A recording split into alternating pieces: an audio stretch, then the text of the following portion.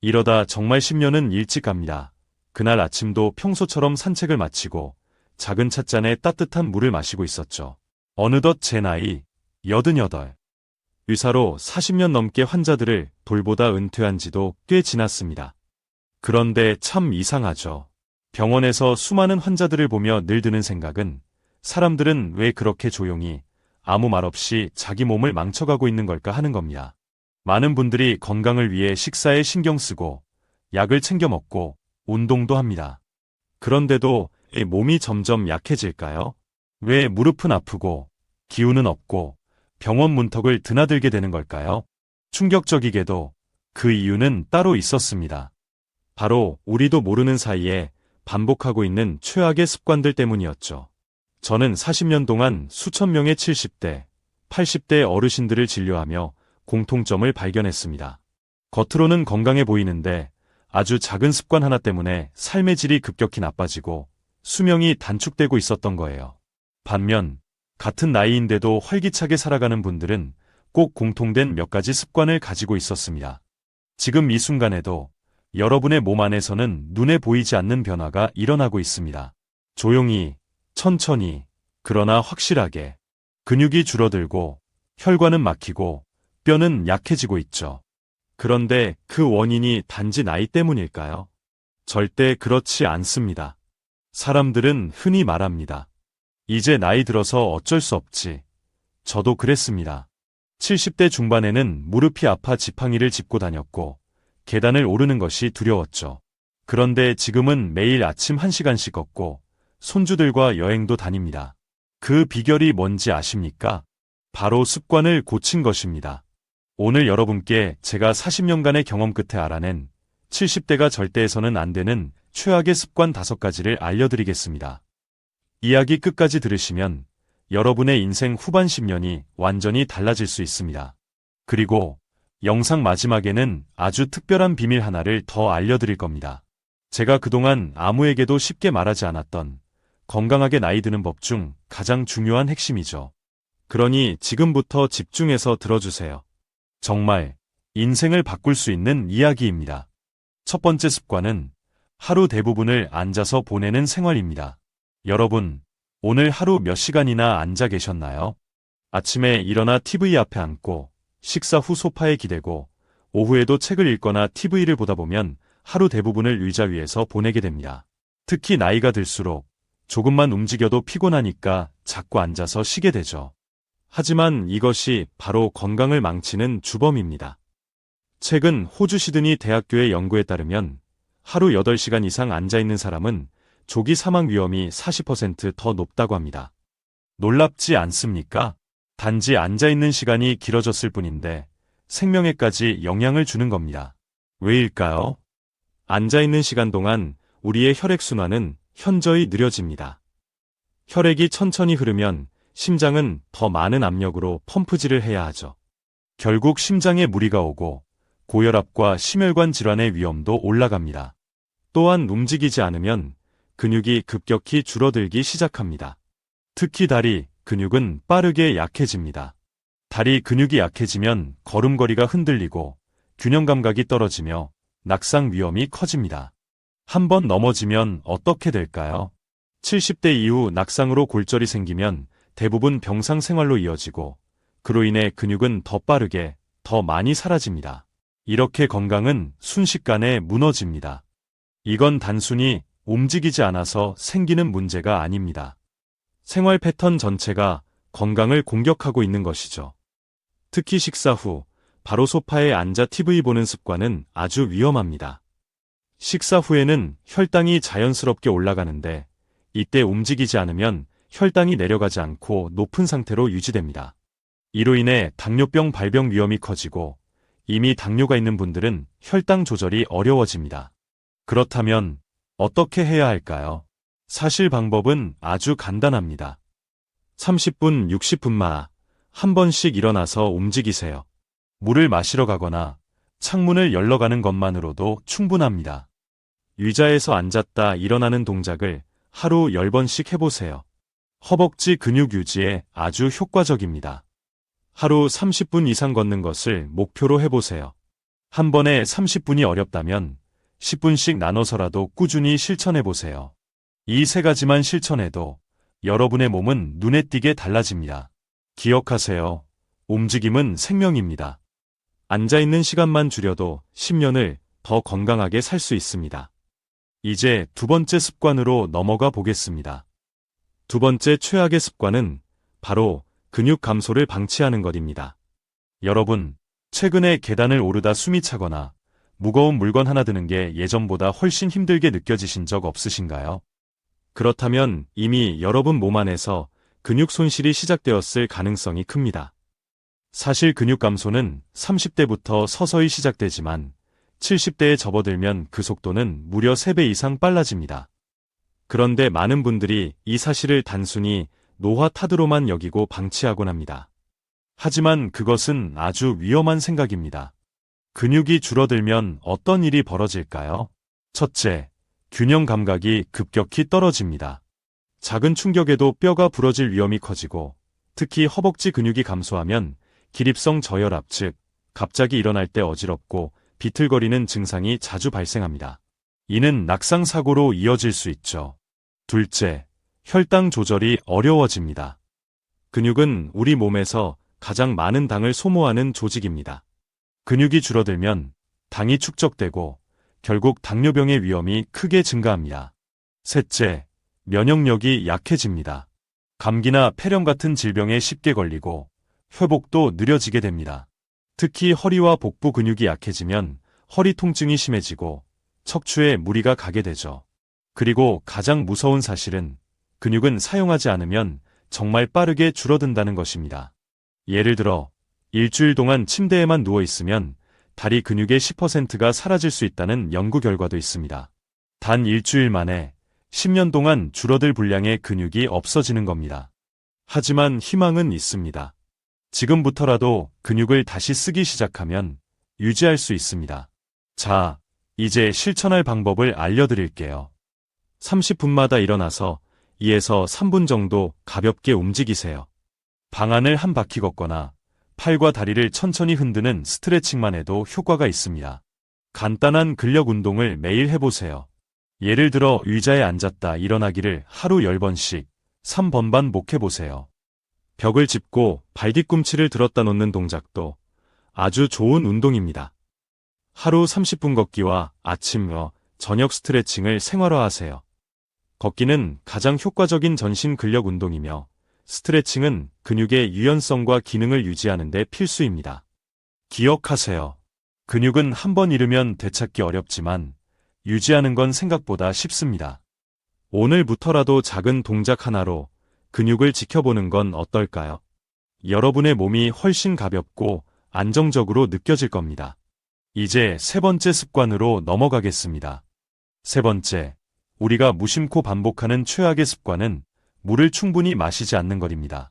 여러분, 오늘 하루 물을 얼마나 마셨나요? 한 잔, 두 잔, 혹시 전혀 마시지 않으셨나요?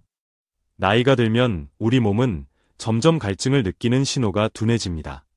그래서 물이 부족해도 갈증을 잘 못 느끼고 자연스럽게 물을 덜 마시게 됩니다.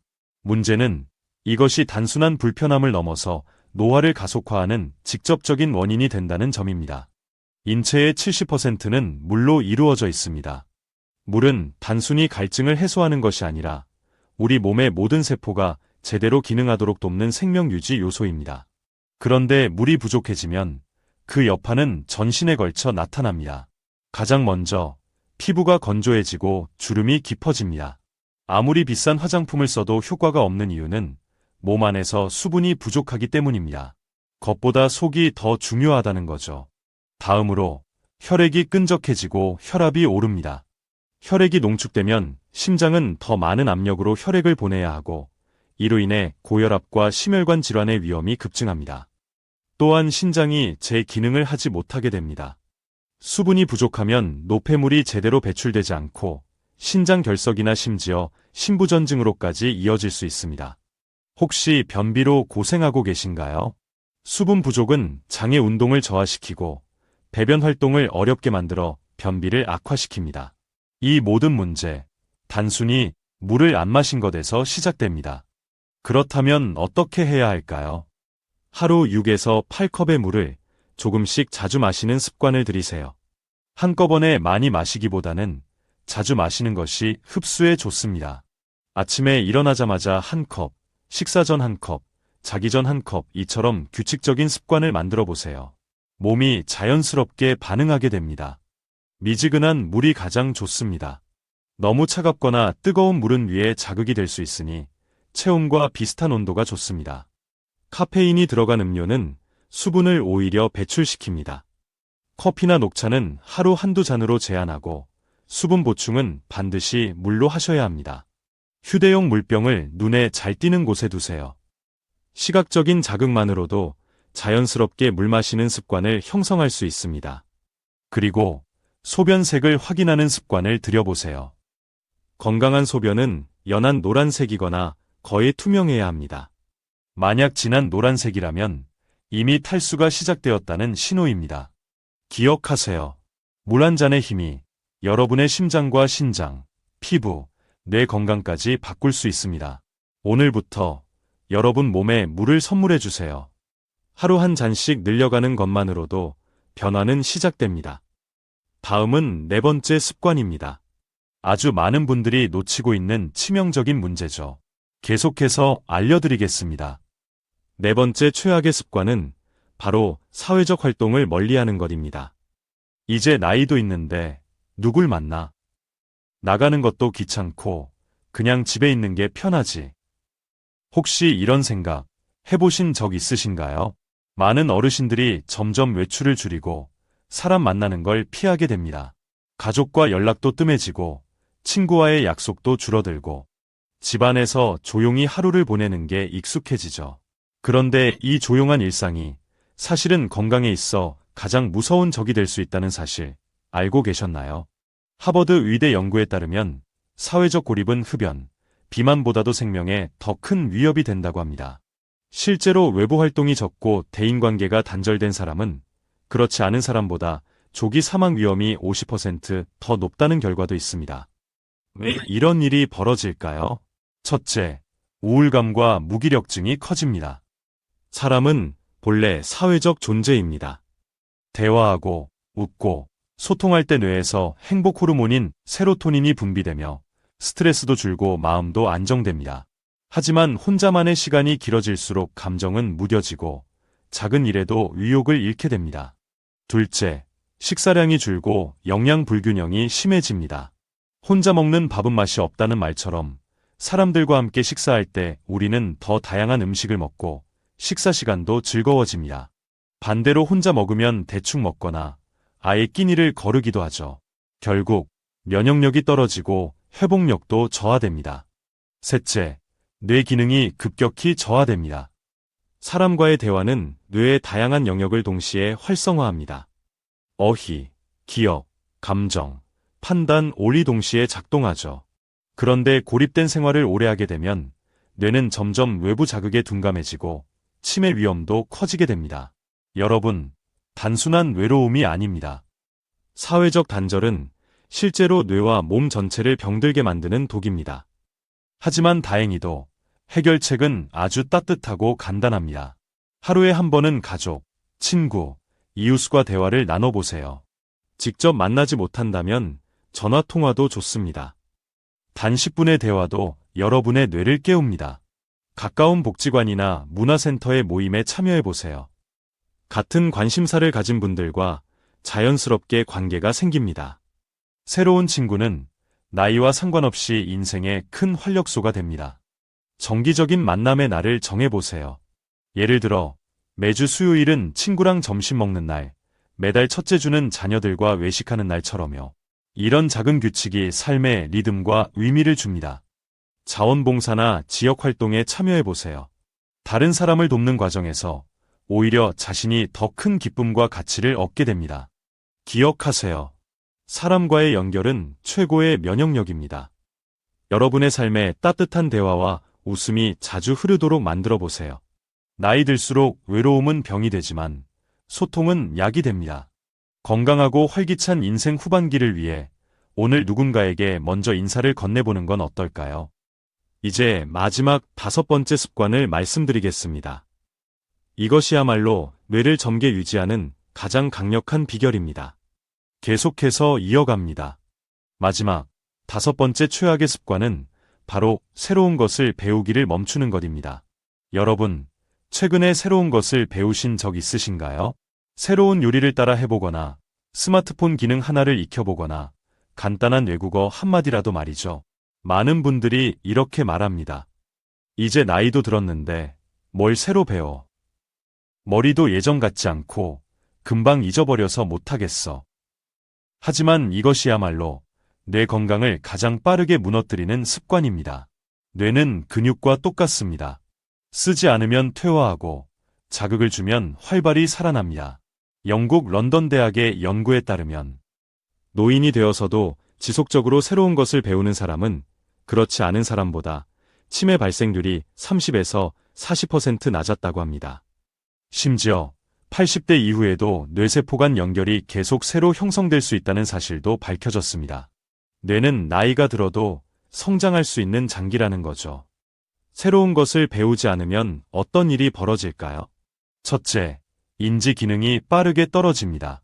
기억력, 집중력, 판단력 모두 서서히 둔해지며 일상적인 일조차 기억하지 못하는 일이 늘어납니다. 둘째, 치매 위험이 높아집니다. 특히 익숙한 일만 반복하고 변화 없는 생활을 오래 유지하면 뇌는 점점 더 자극을 받지 못하게 되어 퇴화 속도가 빨라집니다. 셋째, 삶의 기쁨과 만족감이 떨어집니다. 도전이 없는 일상은 쉽게 지루해지고 무기력해지며 스스로를 쓸모없다고 느끼게 만듭니다. 하지만 반대로 새로운 것을 배우면 뇌의 다양한 영역이 동시에 활성화되고 신경세포 연결이 더 촘촘해지고 자신감과 성취감이 생기며 삶의 활력이 돌기 시작합니다. 그렇다면 어떻게 실천할 수 있을까요? 매일 작은 도전을 해보세요. 오늘은 다른 길로 산책하기, 평소와 다른 책 장르 읽기, 안 하던 레시피 따라 해보기. 아주 작은 변화도 뇌에는 큰 자극입니다. 새로운 취미 하나를 시작해보세요. 뜨개질, 수채화, 악기 연주, 정원 가꾸기, 그림 그리기. 처음부터 잘할 필요 없습니다. 중요한 건 배우는 과정 자체입니다. 디지털 기기를 두려워하지 마세요.